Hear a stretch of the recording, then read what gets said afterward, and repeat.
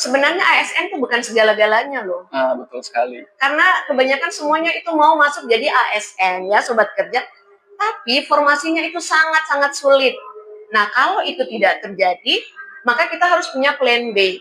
Plan B-nya itu apa? Kita menjadi wirausaha. Karena ternyata segitu gampangnya jadi wirausaha. Kalau mereka nggak punya grow mindset, fixed mindset, berada di zona nyaman, itu masalahnya. Lama-lama umur sudah tua, kemudian nggak tahu ngapa-ngapain. Padahal ketika menjadi wirausaha dengan berjualan, upload di TikTok, upload di berbagai platform media sosial, jual, hari ini laku 1, 2, udah deh selesai. Segitu gampangnya untuk cari uang sebenarnya. Apalagi di jam secanggih ini ya Bu ya. Benar banget. Berarti diperlukan growth mindset. Iya, kita punya grow mindset, nggak bisa. Pengen ada keinginan buat belajar ya Bu ya, belajar hal-hal baru, berani untuk gagal dan sebagainya. Nah Ibu kan bisa sampai ke titik ini atas dasar uji coba, trial error kan Bu ya. Dulu Ibu pun pernah gagal. Gitu kan.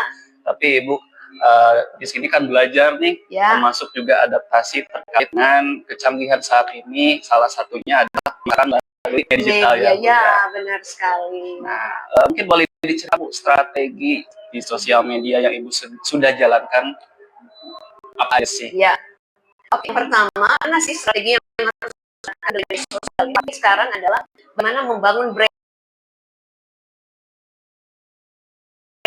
kita. Orang tuh ternyata membeli produk kita bukan karena mereka itu ke produk kita, tapi mereka melihat loh, oh ini ternyata punyanya si B. Nah dari mana mereka bisa tahu bahwa si A si B? Ya udah, kita setiap hari posting jualan kita. Mau laku, mau nggak laku, mau orang suka tidak suka, tetap posting. Karena dengan posting itu ternyata mereka tuh tahu bahwa kita tuh jualan, memang itulah kita. Bukan cuma jualan aja, kita lagi belanja ya posting. Pokoknya setiap hari tiada hari tanpa posting. Itu tuh brand. Kalau udah tahu seperti itu, mereka kemudian bisa tahu, oh ternyata orang ini tuh dikenal dengan orang yang jujur. Oh ternyata orang ini dikenal dengan orang yang kue-kuenya tuh enak, kenalnya amanah. Akhirnya tuh dengan sendirinya tuh ya laku gitu. Segampang itu. Kita nggak perlu lagi sewa apa yang mahal-mahal, nggak perlu, dari rumah aja langsung. Karena itu pentingnya branding. Ya. Waduh, personal branding. Branding yang penting ya. Jadi ketika kita udah punya personal branding dan itu sudah kuat, gampang banget kita punya rezeki dari manapun itu akan ada. Iya, wah luar biasa sekali. Karena memang kebiasaan kita saat ini kan kebanyakan scroll sosmed ya. Iya, benar. Nah, saya pun kadang nemu nih postingan Ibu, Bu. Oh, Ibu lagi misalkan lagi kunjungan ke pasar gitu ya, lagi bikin kue. Kan jadi kayak lama-kelamaan kenal, akhirnya penasaran, akhirnya pengen beli kan ya Bu ya. Nah itu, nah gimana Bu cara meyakinkan siswa Ibu nih ketika pelatihan supaya bisa mengikuti jejak Ibu? Oke, biasanya saya selalu memberikan soft skill duluan, bahwa apa yang kita lakukan itulah apa yang kita dapatkan. Rezeki kamu adalah gambaran kamu sesungguhnya.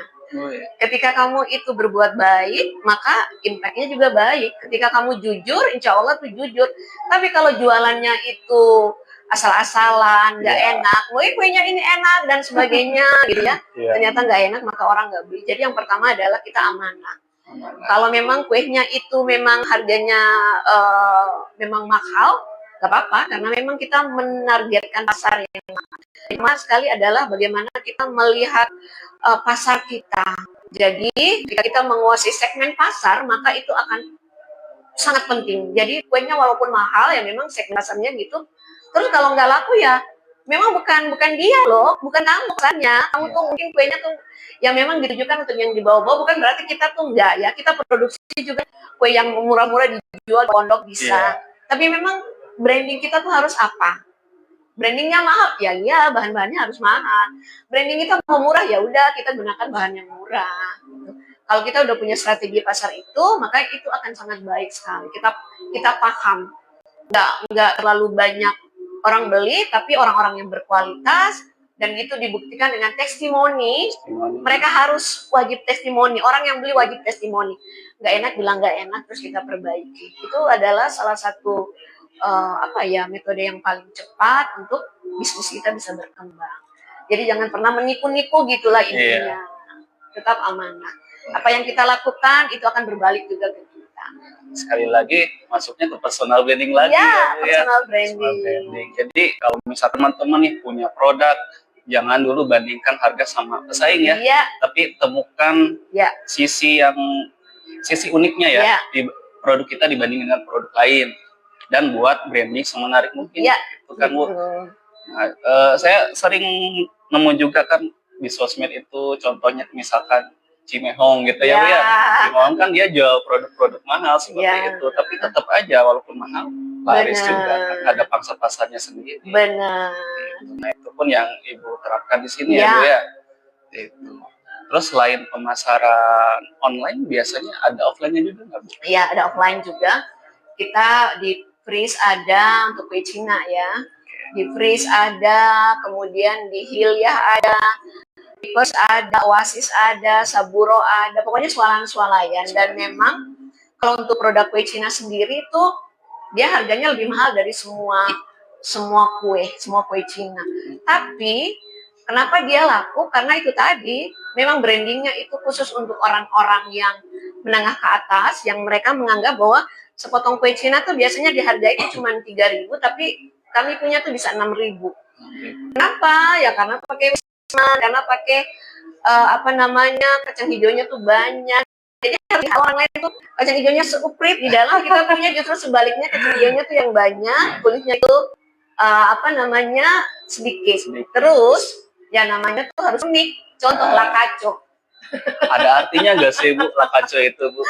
Lakaco itu kepanjangan dari langsung katong coba. Langsung katong coba. Langsung katong coba. Jadi kepengennya orang kan selalu bilang, kan dia punya kliennya tuh masak lakaco. Pas ini teman-temannya udah merasakan pasti beda kan, kuenya tuh enak. Kenapa? Karena memang brandingnya kayak gitu, walaupun namanya tuh kaco-kaco, tapi kuenya tuh enak. Dan namanya tuh kue ternyata tidak enak. Jadi harus unik gitu ya, salah satunya harus unik. Makanya namanya tuh biasanya nama kue pica poci. Nah, mereka sampai cari di TikTok resep kue pica poci yang memang nggak ada. Karena kita kasih nama sendiri.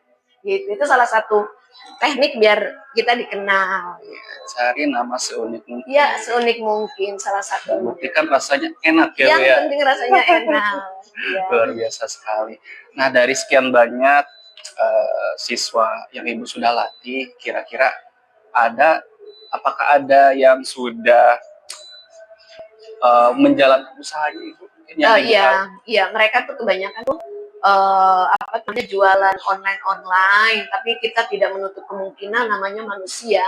Kalau kemudian mereka keterima di PNS, ya otomatis mereka lebih memilih PNS lah dibandingkan dengan menjadi penjual kue dan sebagainya ya. Ya ada yang mereka sekarang di dapur MBG sudah jadi chef apa gitu ya, alhamdulillah.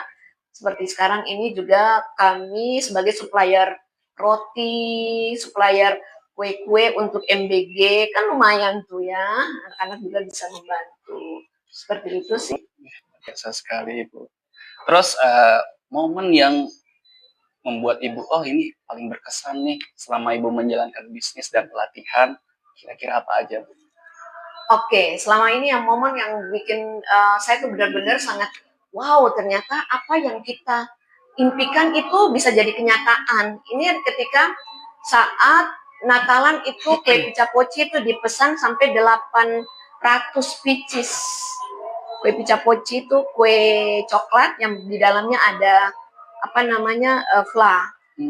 Nah itu gimana ceritanya? Saya coba bikin gini. Saya coba deh, ini kuenya ini kan biasanya kue coklat datar.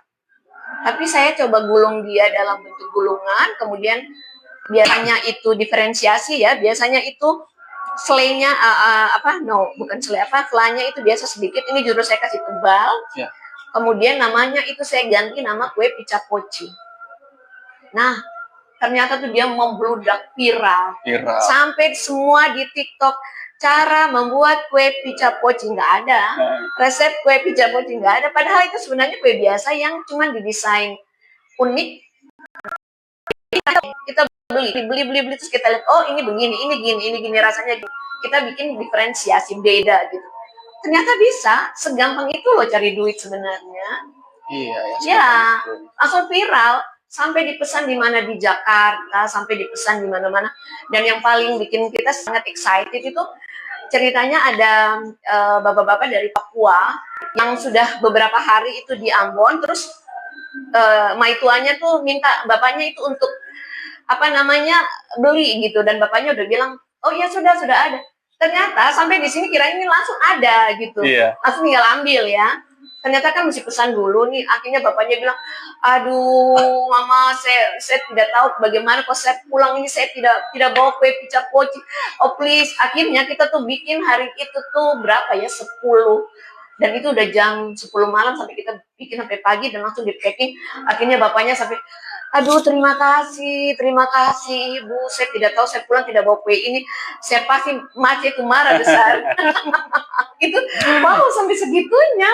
Itu sampai, dan itu sudah kemana-mana kan, ada di Kalimantan, Sumatera, Jakarta. Mereka pesannya tuh oleh-oleh, bukan lagi kue yang sekarang, tapi ini dijadikan oleh-oleh dari Ambon.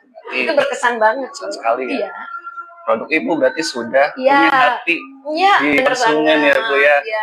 Luar biasa sekali. Nah, mungkin buat sobat kerja, ada yang mau ditanyakan bisa ditulis ya di kolom chat pertanyaannya. Nah, ini ada pertanyaan Ibu dari sobat kerja.